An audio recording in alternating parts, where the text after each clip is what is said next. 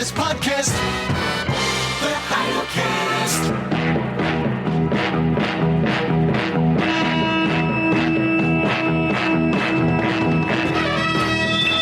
In the great hall of the Justice League, there are assembled the world's greatest heroes, created from the cosmic legends of the universe. Scott McDermott. I was bit by a black widow in Hamul in my sleep. Harrison Perkins. Every muscle in my body is clenching right now. And Scott Clark. You know, I would like to get to know a tarantula. their mission to fight injustice, to right that which is wrong, and to serve all mankind.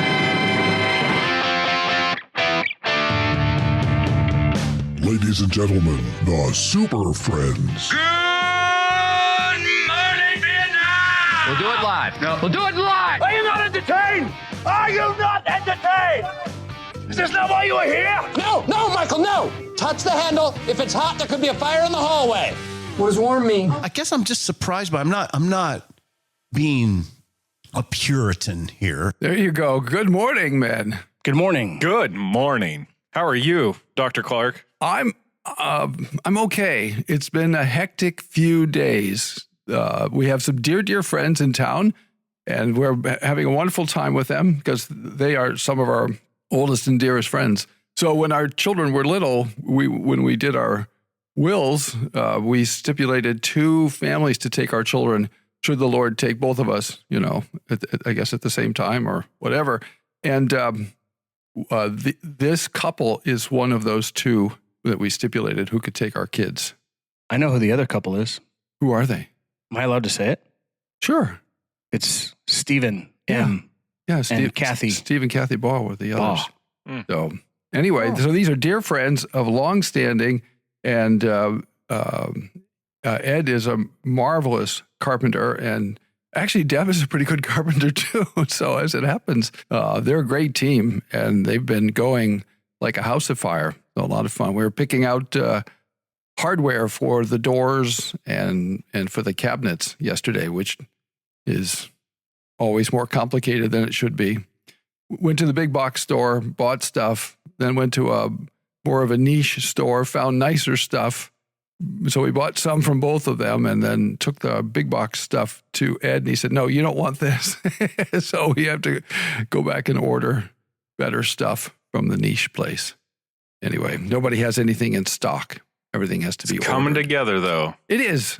So as we are talking, all the boxes for the bookcases, so the bookcases are up and the trim is going on and the shelves. So this is a Tuesday when we are recording, and by Friday, I should be able to put shelves in and maybe even, and then books probably on Saturday. So that's exciting. And then the desk arrives Thursday, and my copy of the book, according to the United States Post Office, arrives on Thursday. See, that was going to be my setup, that I'm amazing.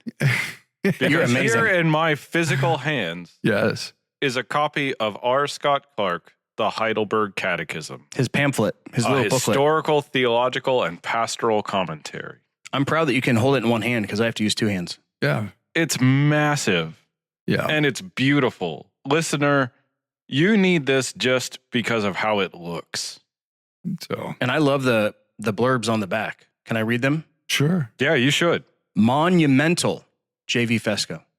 Generation defining, Harrison Perkins. Invaluable, Ligon Duncan. A full banquet with all the courses, Zacharias Ursinus. No, Zachary Purvis. So, That's just a couple of them. yeah. Very nice words from friends and colleagues. So that's nice. For whatever it's worth, I'm super proud of you. Well, thank you. I'm excited. This is an amazing book. It's big. It's like it will benefit people for. I mean, it will take a long time to surpass what you've done on the Heidelberg Catechism. I don't think any of us will be around by the time somebody can outdo this. Well, I don't know. There are a lot of pages. So that's my main accomplishment. You just keep writing for years and years and years, and eventually it turns into a lot of pages. It's almost as big as I think I have all of the books that you've written / edited. Yeah. And this one on its own is almost as big as the rest of it. So yeah, so if we had done it, it could have been 3 volumes. No, this is better. 300. But they convinced me that 1 volume was better. How is the paper? That was one concern.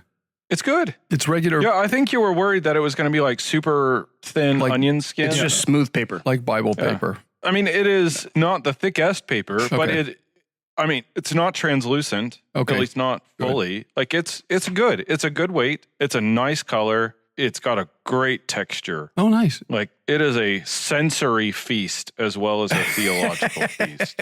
Yeah, if the paper were any heavier, you would have needed another volume. So the actual cover, it's a hardcover, and there's some kind of engraving. There's an engraving of Heidelberg. It's Heidelberg, yeah, on the front cover, which I didn't know until I think yesterday when you posted or sent me a photograph. I like the bridge. The bridge looks nice. The dust jacket is great. The cover itself is great. I mean, this is Is it a hologram? Lexham does beautiful books. Is it a hologram? I don't think it's a hologram. Well, when I hold it like this, I can see it better. Oh, okay. I think it might be a hologram. Okay. You remember those things when you I don't know, we used to get them in the cereal boxes, and if you moved it, right, the light made it look like hologram. Is that what? No, a hologram is something that like stands up and is 3D. So when you moved it, the figure moved. I thought that was a hologram. No, I don't think so. A hologram California public school, so I don't know. I live life in 3D, so I don't even know what that means. But you know, there's like 12 dimensions. I didn't even know that. No, do you know what are the other? I don't know. 10. It's Tuesday, and that means Harrison has a new book out. What is the new book, Harrison? I haven't, to sympathize with Scott, I haven't seen it yet. But Pat Avendroth has copies of A Penitent People, subtitle The Doctrine of Repentance. Dude, I didn't even know you were writing a book on repentance. So how many books does that make for you this year? 38. So 3 are releasing this year. Wow. What number is this of the 3? I honestly can't keep track. This will be 2. Okay, this is number 2 of 3. The volume of Usher translations that I have told people is coming for years is supposed to be out this year. We thought it was already going to be out, but this has proved to be just an uphill climb at every phase. Yeah. So as of yesterday, the final proofs went to a professional proofreader, which means we may still be on track to see it hit shelves this year. So if it releases in time, it'll be a December 25th gift if you do that and track my meaning, and that'll be number 3. Oh, you mean Christmas? Yeah, that one. I mean, the episode that I just heard us talking about this last weekend, we were talking about Puritans. So I'm just trying to be careful. I have yet to listen to that one. Was it good? I enjoyed your contribution. I don't remember saying anything that week. I enjoyed Dr. Clark's contribution. So was that a joke? I enjoyed your saying nothing. I always like hearing what you guys have to say. This is why. I guess I'm just surprised, but I'm not being a Puritan here. That caught my attention. That's from the sports talk station in my hometown.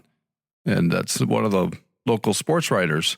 And I just thought that was interesting that it always intrigues me when the word Puritan pops up in pop culture. Yeah, did you call in and ask him how he defines that? No, I didn't. What's your understanding of Puritan? Yeah. Thank you. Hey, Steve, Sip, how do you define? And is this about polity? Are they all separatists, or can you be a conforming Puritan? What do you think, Steve? Are you a Dutch Puritan? Yes, exactly.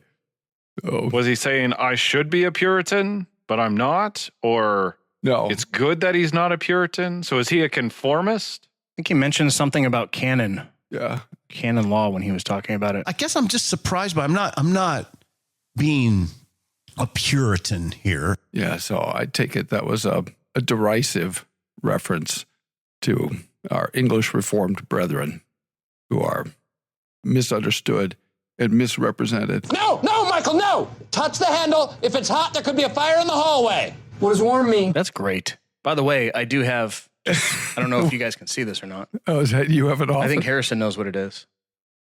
Is that the Dunder Mifflin Code of Ethics? Oh, right. The race for the cure. Yeah. Yeah, it's Michael Scott's Dunder Mifflin Scranton Meredith Palmer Memorial Celebratory Rabies Awareness Pro-Am Fun Run Race for the Cure.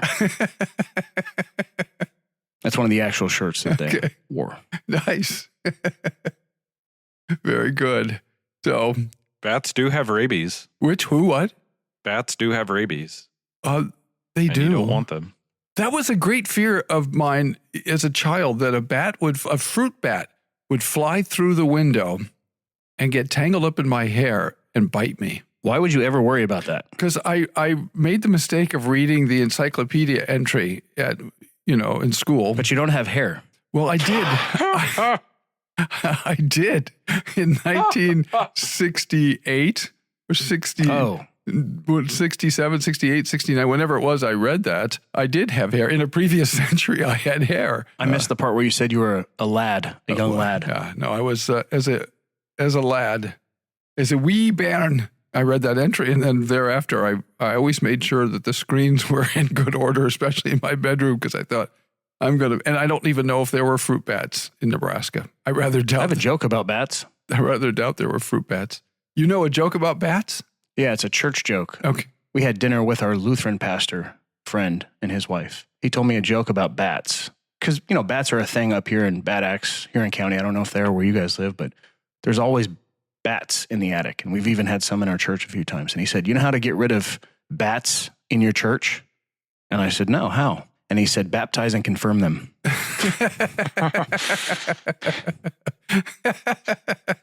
Okay. You won't ever see him again. Exactly. Yeah. Well, have you looked into the history of bad acts? What does bad mean in that context? It was a camp settlement. And when they got there, there was an old, worn down axe on a stump.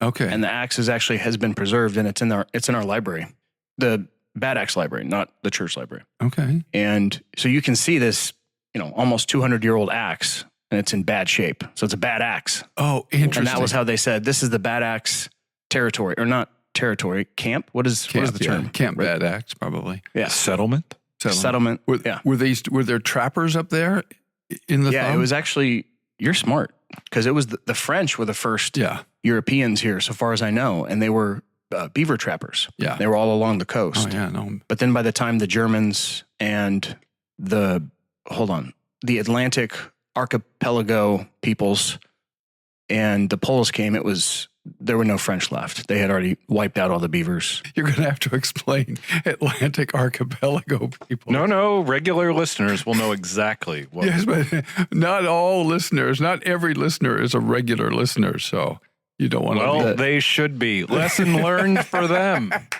So I think there were 3 big waves of immigration to Huron County.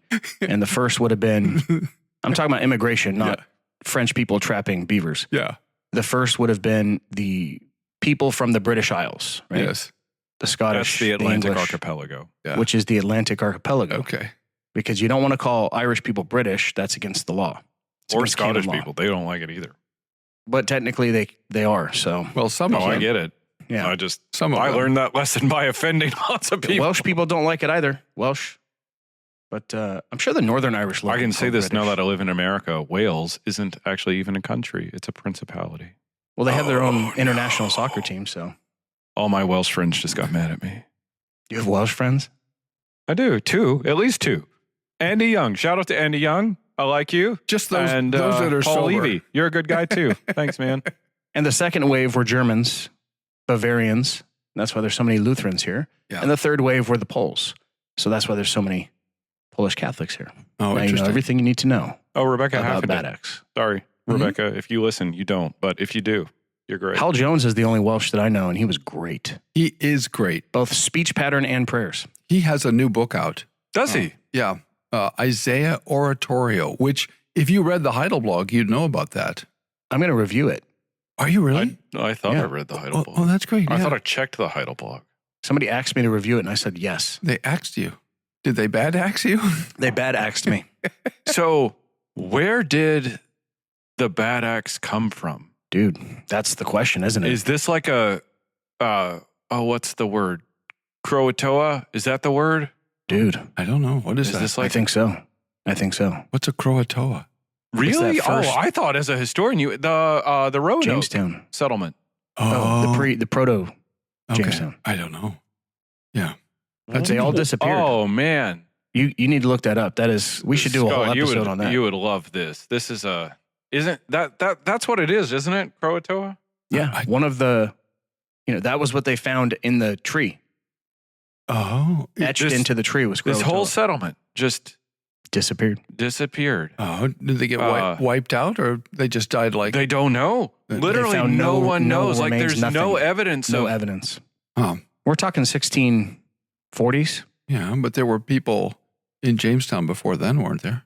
I don't know. I went to California public schools. Croatoan. 1619, 1620, 21. So these would be probably 16th century people or before of some kind. You just pushed us further than we. No, that's interesting. Were ready to go. Let me find out. Late 16th century, arrived 1587. A relief ship arrived in 1590 and found the colony mysteriously abandoned. And the only evidence that they have, of anything is etched in this tree was the word Croatoan, and they don't even know what that means. Oh, interesting. Yeah. I mean, it's one of those fascinating mysteries. It's like this Sci-fi. and the Loch Ness Monster. Yeah. It's like, these are the answers of the universe that we need. Oh, There have been many sci-fi episodes made about Croatoan. who was the host of a mystery show in the sort of quasi-documentary? Robert. Oh, he was, he's famous for being in Airplane late in his career, but Gangbusters. He did Gangbusters in the 50s, which was on TV late at night when I was a boy. Gangbusters. And what's his name? Robert somebody. And then he hosted a sort of show about mysteries. This is the kind of thing that he would have done. Right? Anyway. I'm surprised you don't know this one. You would love this. I think you would love this. I have not done a lot of reading about the early colonies. So more about the I was 18th taught this century. in elementary school. Oh. It's like the one thing I remember from elementary school because I was like, oh my gosh, really? Oh, interesting. How are you, McScottrick?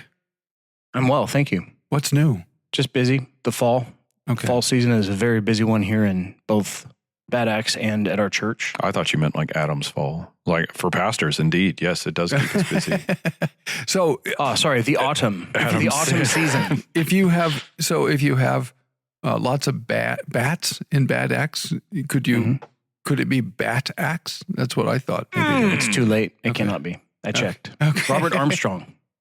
No, Robert Armstrong. Who? What? He was in. No, that's not who.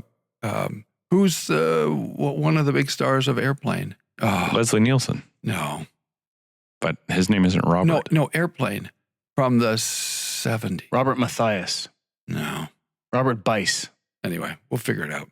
We need to know right now. We'll know next time. We'll know for the next episode. Okay, you ready to open the coffin No. or the coffer? No, it's too late. You said coffin. Yes, I'm Better about to to jump open in it it. than to close it. Okay, here we go. Jonathan Frakes. He did the fact or fiction. Yeah, it was that thing. kind of show, but it was decades before that. Man, that's a classic. Rod Sterling. No, that would be Rod. Sorry, you were going to have us do something real. That would be Rod Serling, and that's from a previous Are you century. serious? I am. There's no T in there. I always watched that show growing up, even as a grown up, and his name was always Rod Sterling to me. Well, that's because that was a more familiar word. All right, here we go. Ladies and gentlemen, the Super Friends. Okay, there it is. This one is actually a text sent to 760-618-1563. Why are the last four digits 1563? That's awesome. Because that's when the Heidelberg Catechism was published. Yeah, the third edition of the Heidelberg Catechism, the final edition. And I thought I had it, and then of course you know more. Oh, it was right. Of course. No, but that's right. It's to commemorate the year of publication of the Heidelberg Catechism. Why'd you choose the third edition and not the second? Because for a phone number. It's the final. Okay. It's the edition everyone knows. Whenever I say when the Heidelberg was published, I always say 1563. I always thought it was 63. Yeah, well, that's fair. That's Which is the best? Are they different? Yeah, there's some differences. Question 80 doesn't appear till the 3rd edition, and there's some revisions to the earlier editions too. So you can read all about it in a brand new publication, which you boys already have in your hand, and I'm still waiting because I live on the wrong end of the continent because it's coming from Pennsylvania.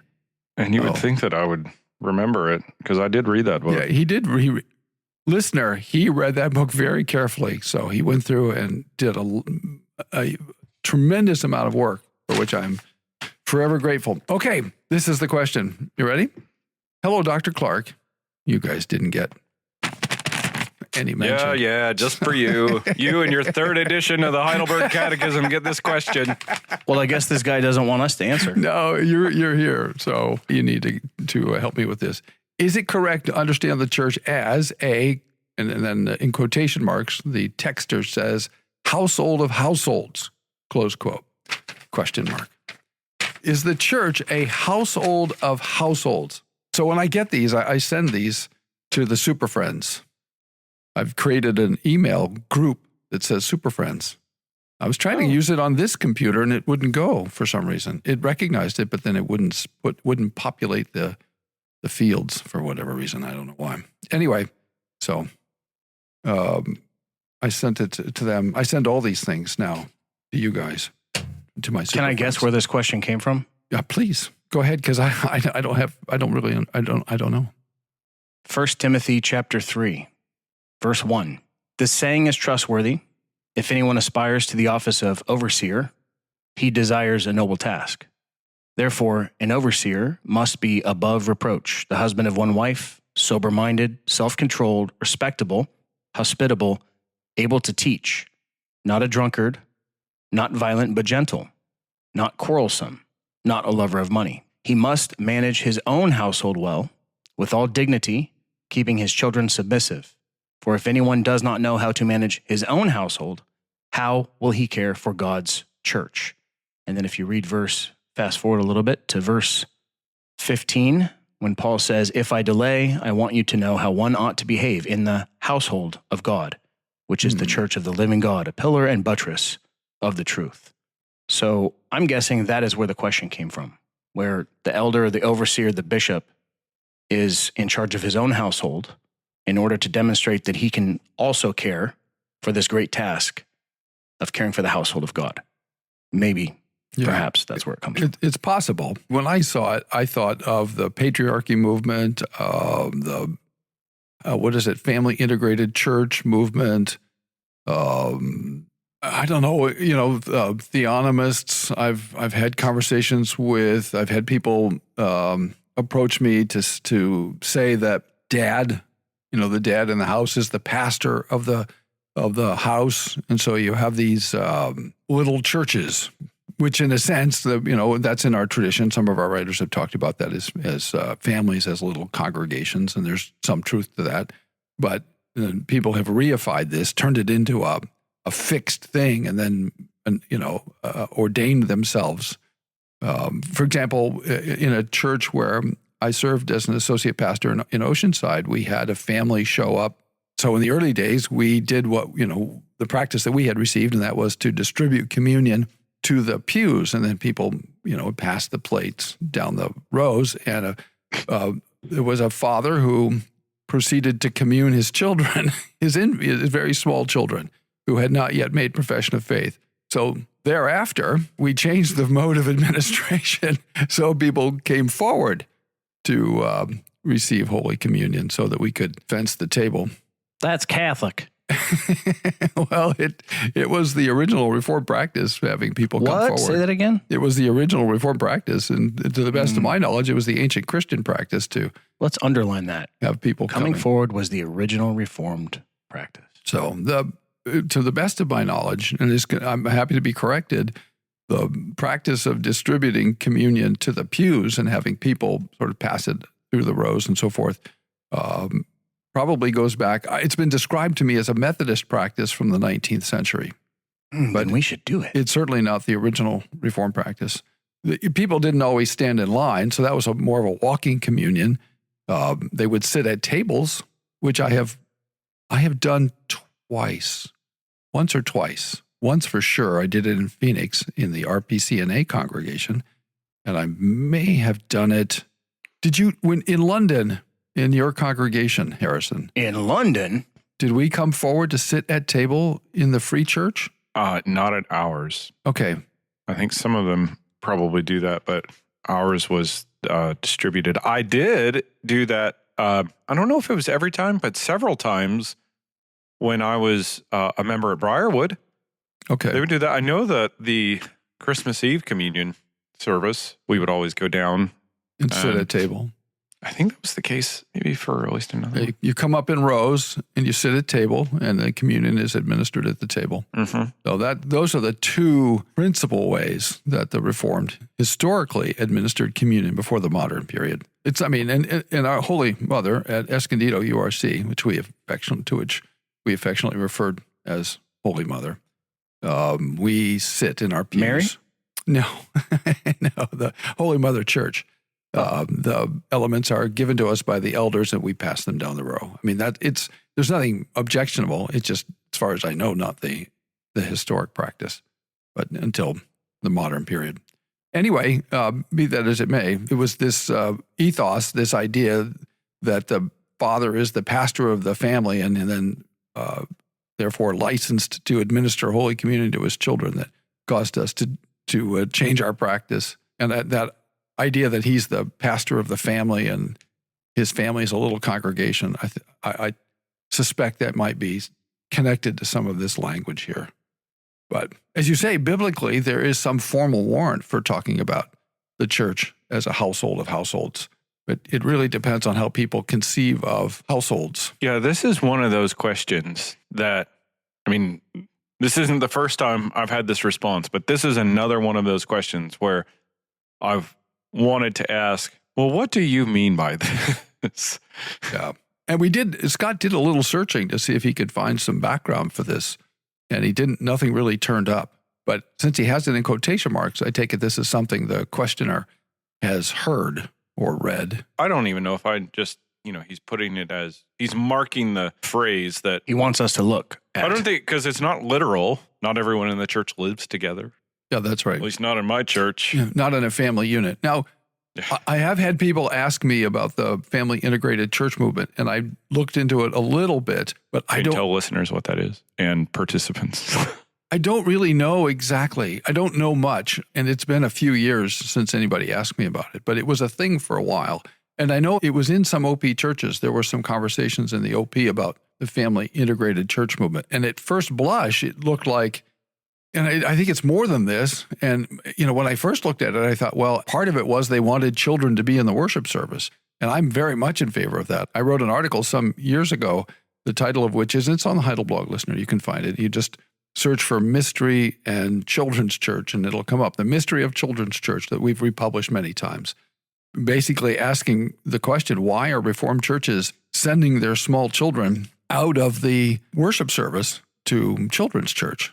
They're not ready for the gospel.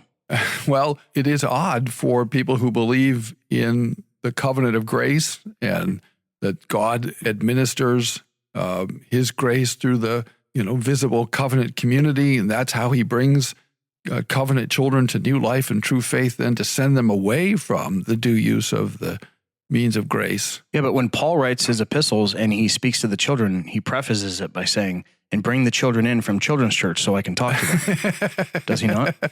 I served at a church as an assistant. Yes. That had children's church until they were 17. Okay. You've triggered me with this. I meant to, and I was going to comment more. People wonder why their children leave church when they go to college, because they were never there in the first place. When they go to college, yeah, they're like, my kid isn't picking a church when they go to college. And why? Because they've never been to church. They've never been to church. You've had them doing play church, their whole life and singing songs that they're not going to be singing in an actual worship service, and then they can't understand. Well, here I am. I'm in the adult worship service now, and this is totally foreign to me. It doesn't make any sense to me. And I feel betrayed. And I sympathize with the kids in that case. They don't have any frame of reference. They don't understand what's going on. I would ask the parents, do you make your kids eat vegetables? Yeah. And they would say yes. And I'd say, why? Because it's good for them. And they need to learn to eat it, even if it's not entertaining them. I'm like, yeah, that's why you don't send them to children's church forever. That's not even the most favorable analogy. I mean, to compare church to vegetables. I mean, there is some of that, to be sure. It was I wasn't really, it wasn't the vegetable. How about let the children come to me, hinder them not? You have to learn to love certain things that are good for you. That's right. That's no, I the agree. Point of analogy. No, you know who, and I'll come back to your point, Scott, because I think you make a really good point. Say that again, Mr. Godric. Someone once said, let the children come to me, hinder them not, for the kingdom of God is for them. Yes. And Jesus said that. Jesus said that. The King of Kings and Lord of Lords. And the head of the church, the true Pope, Papa, the chief shepherd of the church said, right, do not hinder them. Let them come. And if that applies to anything, it applies to public worship. So here's the issue, I think, and here I'm going to go to meddling, quit preaching and go to meddling. And this is about parents. And parents, I understand. I've been there. I've done this. It's hard. And for the first few years, when you're wrestling with squiggly children in church, you will not, as people always say, get a lot out of it. You're going to miss out on things. It's hard. In fact, we had to almost fight with people sometimes when we would visit a church and they'd want to take our children.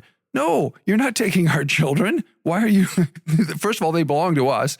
And secondly, we want them in the visible covenant community. And there were cases where people looked at us and they were just horrified. And we were the only ones in some congregations that had their children. And you get some looks from people sometimes. But listen to me, if you want your children to grow up in the faith, they have to be in the church. You can't exile them to the basement to sing ditties and do Play-Doh and finger painting and Christian kindergarten, and then expect them, right, to be heirs of the promises of the covenant of grace. I just preached on this on Sunday. Oh, good for you. You know, the thing is, like, a lot of people, I think, so an encouragement to parents. I want to say this as a positive thing of sorts. Usually your children's noises feel louder to you than to anyone else. Yes. And I sympathize with it. Like, I mean, when my son, if I'm not in the pulpit, actually, even when I am in the pulpit and hear him sometimes, that feels so much louder to me than to anyone else. Like, so I understand and I sympathize with the self-consciousness. But if you're at a church that loves kids, like Reformed churches should, it's okay. Like, nobody's judging you. Nobody's thinking that you're an awful parent. When I hear kids in our worship service, I'm glad. I mean, I always smile. And I make it a point to smile when I hear our kids because I'm glad they're there. And it's good to know that they're present in worship. And so, just calm down. It's okay. I understand it's stressful. And sometimes you have to take them out. I get that. Like, it does reach a point. I have had families, not at my present church, but it's like, there's kid noises that are fine. And it's just like, okay, there is a threshold where that kid is just outright screaming nonstop. You can. Yeah, in the case of demon possession, take them out. Yeah, you can take a moment to calm them down. Call or text now, 760-618-1563. But also, can I add, we should be training our children how to worship. Even the infants, the brefas, as Luke says. Yeah.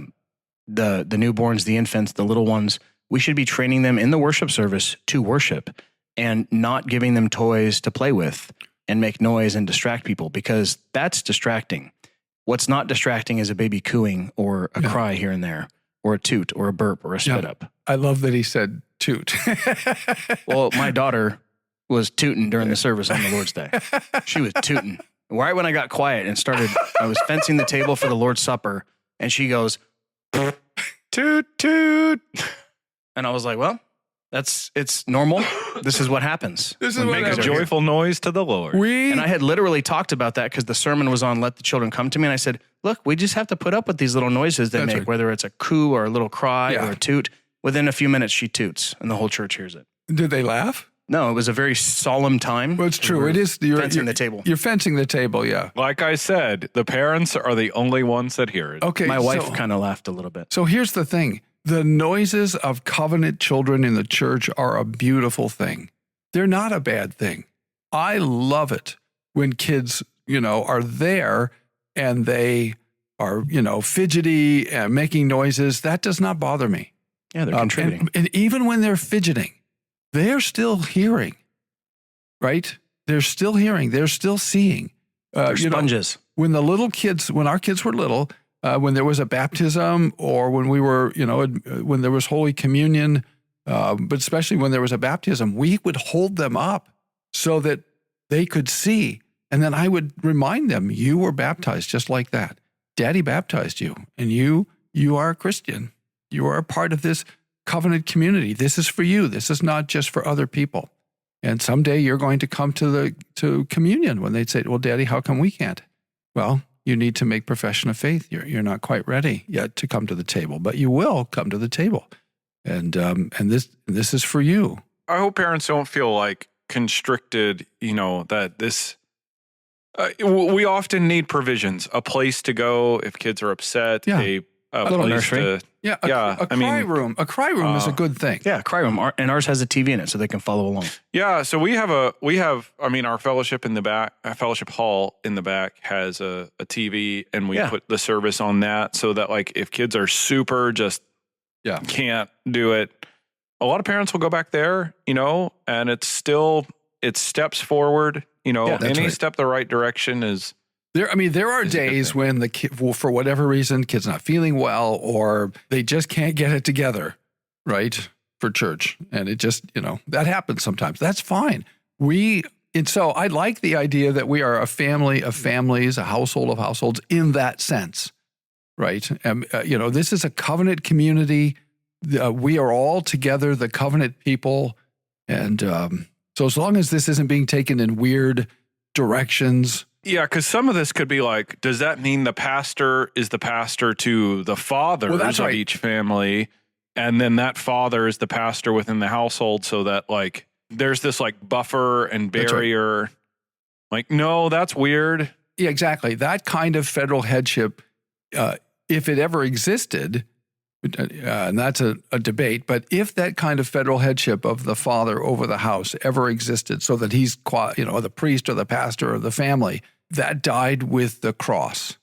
That's not a thing in the new covenant. If it ever was a thing, and I'm not conceding that it was, but if it ever was, that is not a thing. That doctrine comes from a certain place on the Palouse, right, in Idaho. That's where that comes from. And the effects of that way of doing business have been felt and seen, and it's not good. I had an unusual relationship in my family because I was actually, at least in Kansas City and to a certain degree in Oceanside, and even in Escondido, because I was always a minister in those churches. But in Kansas City, I was the pastor. So I was their pastor and husband and father. So that was a little unusual. But an unordained man isn't the federal head of his house. He's not representing all of the members of his household to the church. And sorry if I'm being thick. Why is that unusual? I mean, I feel like I'm the pastor to my wife and son, not because I'm but husband and father. He's saying federal representative. But not everybody is ordained. Oh, right. Okay. I thought you were saying it was unusual in your specific church. No, okay. Just that I was ordained, and there aren't that many ordained people in the congregation. Let the listener understand Harrison is a moron. Well, so am I. So this idea, I don't at all sympathize with the idea that, so for example, in the Kirk, they have heads of households meetings, right? Not congregational meetings. They have heads of households meetings so that the dad represents, and I think they've made some adjustments over the years, perhaps in response to some of the criticisms, but so I'm opposed to that. And so there are groups where, at least in some congregations, women are not allowed to vote, which I think is very hard to defend. Yeah, even I think they should vote. Yeah. So I think that'd be very hard to defend. And it relies on some assumptions that are not very well grounded in Scripture. Can I ask a clarifying question? Please. You are talking about a father not being the head of his household. You're talking about the father being the federal representative. Yes, that's right. And you're saying those are two different things. That's right. And we believe in one but not the other. Yeah. Can you just clarify the distinction That's for right. us again? Dad is head of the household, but he's not the Messiah. He's not Christ. He's not a little Christ over his family. Jesus is our mediator, right? Jesus is our federal representative.